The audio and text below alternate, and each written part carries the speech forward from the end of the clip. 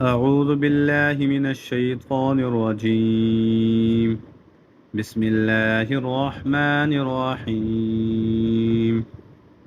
وإذا أذقنا الناس رحمة من بعد ضراء مستهم إذا لهم مكر في آياتنا قل الله أسرع مكرا إن رسلنا يكتبون ما تمكرون هو الذي يسجركم في البر والبحر حتى إذا كنتم في الفلك وجرين بهم بريح طيبة وفرحوا بها جاءتها ريح عاصف وجاءهم الموج من كل مكان وظنوا أنهم أحيط بهم دعوا الله مخلصين له الدين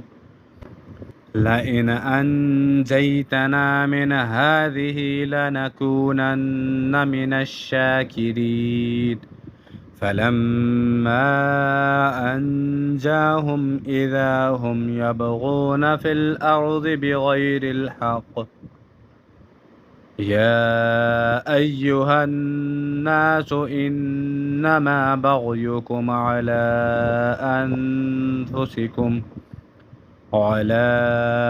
أنفسكم متاع الحياة الدنيا ثم إلينا مرجعكم فننبئكم بما كنتم تعملون إنما مثل الحياة الدنيا كماء إن أنزلناه من السماء فاختلط به نبات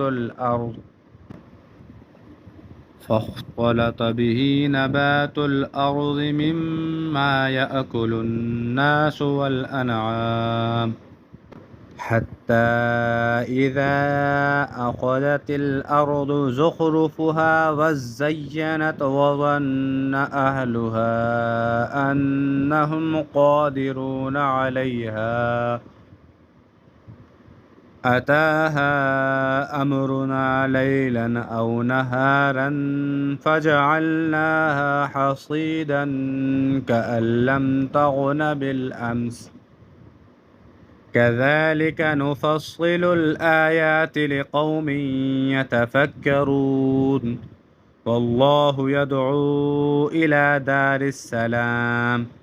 ويهدي من يشاء إلى صراط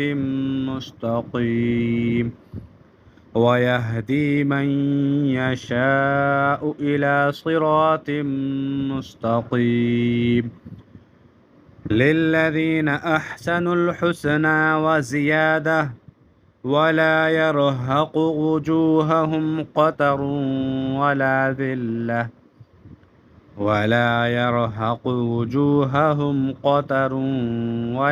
ذلة أولئك أصحاب الجنة هم فيها خالدون والذين كسبوا السيئات جزاء سيئة بمثلها وترهقهم ذلة ما لهم من الله من عاصم كأنما أغشيت وجوههم قطعا من الليل مظلما أولئك أصحاب النار هم فيها خالدون ويوم نحشرهم جميعا ثم نقول للذين أشركوا مكانكم أنتم وشركاؤكم